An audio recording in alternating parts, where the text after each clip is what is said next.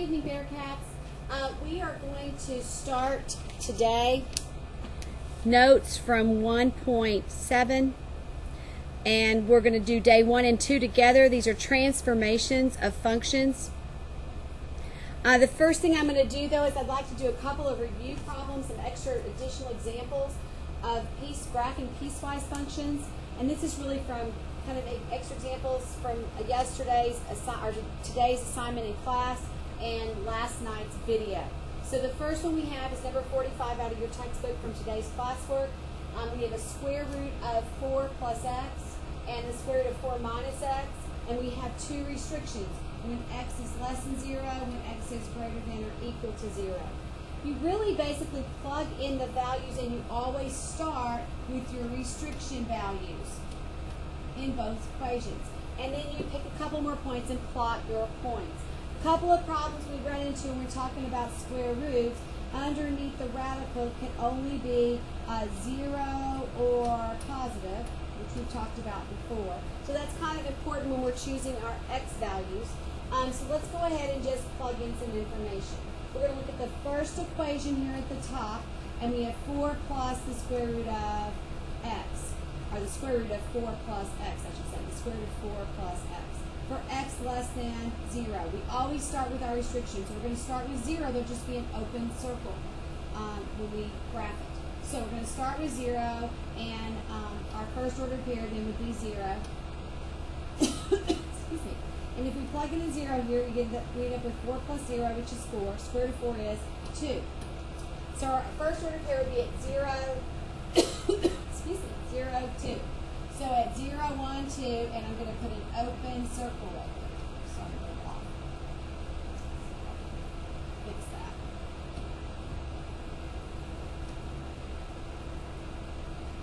All right. Open circle. All right, we still need more values less than 0.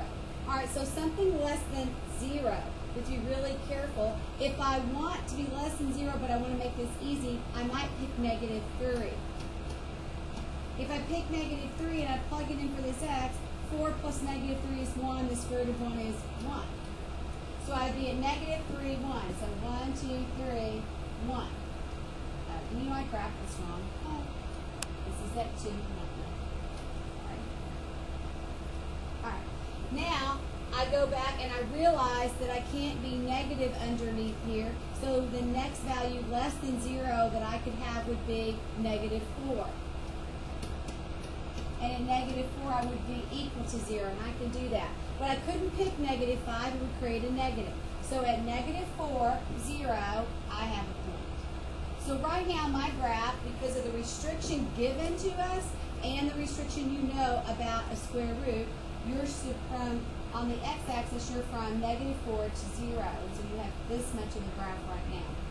All right, let's look at the second part of the graph, this part of the graph, or this part of our function. So we're going to plug into 4 minus x. Again, we're going to start with the ordered pair 0. If I have 4 minus 0, I have 4 to the square root, that would be 2. And this time at 0, 2, we're going to have a filled in dot. Since it's the same point, we're just going to fill in on top of that one. All right, we need x values greater than 0. So what if I pick 3? And you'll get the reason why I'm picking these particular values if you think about it. 4 minus 3 is 1. I can do the square root of 1 in my head. That would be 1. So 3, 1, 1, 2, 3, 1. I have a dot. And then finally, remember, again, we can't have a negative under this square root. So if I want a negative and 0 under the square root, I could pick 4, and I would get 0. But I could never pick 5. It would create a negative. So 4, 0 would be my other point. And I would go ahead and connect those, and when I do, then my graph looks something like that. And that's how you would graph that piecewise function. It looks like one graph because they overlap, but that's two pieces of two different square root graphs, and they just happen to overlap, so they look connected. All right, let's go on and look at 47, and then we'll get to tonight's lesson. Okay, 47 is another piecewise function.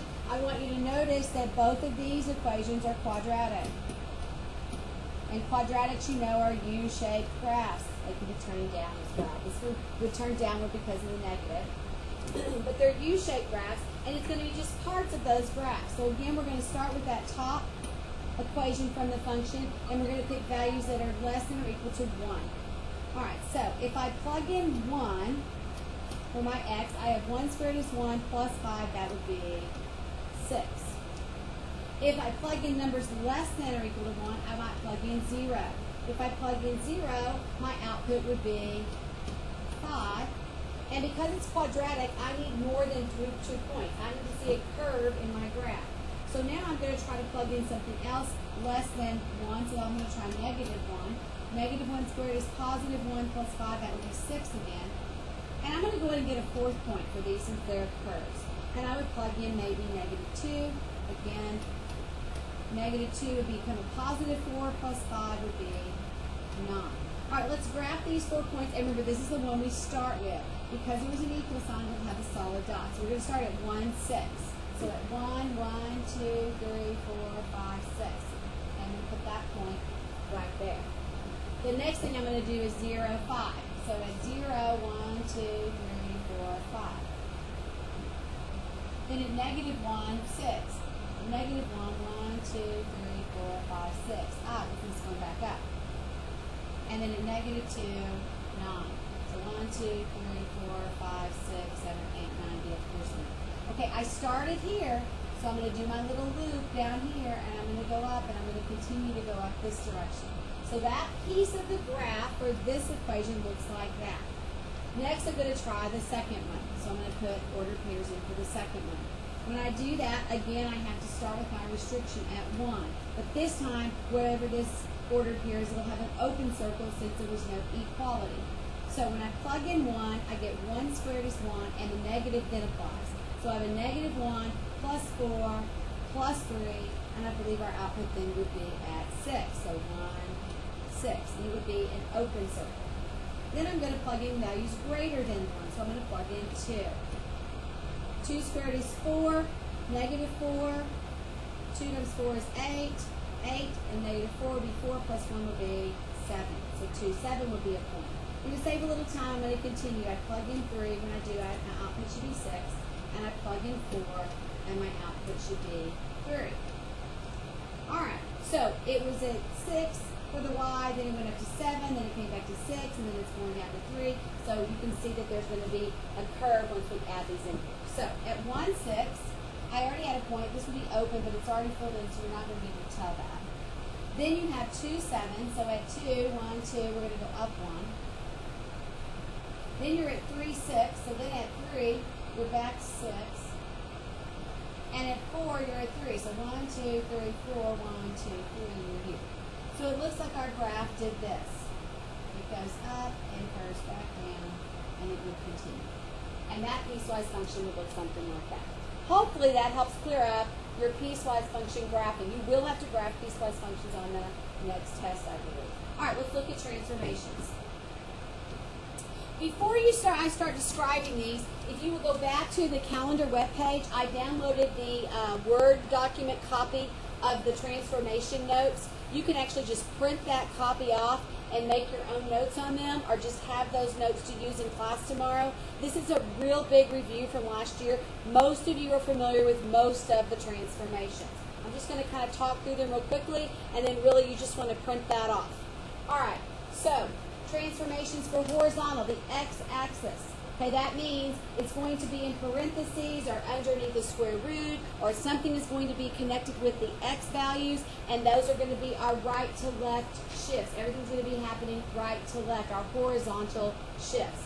Also, please realize that when it has to do with the x values, it's usually the opposite of what you think is going to happen. So let's just kind of talk through these really quick. So when I have f of x minus c, and that's just a number, so f of x minus 3 or minus 4 or minus 10 or whatever it is, it's actually going to shift to the right. Even though it's minus, if you would think left, it's going to shift to the right that many units. When it's plus, it's going to shift to the left that many units, c amount of units. These are things you're pretty familiar with. Now, this gets a little trickier. If it's 2 times my x values, I'm actually going to compress by 1/2 or half my x values. If it's 1/2 the x values, I'm actually going to double or stretch my x values horizontally. If it's a negative on the x value, I reflect over the y-axis. Okay, and those are the basic transformations. Let's look at our vertical transformations, everything that would happen up and down, cause our graph to change up and down, or vertically. That has to do with our y-axis, and it does exactly what you think. So there's no mystery with y, there's just mystery with x. Don't forget to ask me tomorrow about my x and y bear. They sit on top of my projector, and I'll tell you a little story about them tomorrow. All right, so if it's f of x and then minus c, notice that it's not inside with x now. You know it's with, if it's not with x, then it has to affect the y values, and this is outside of x.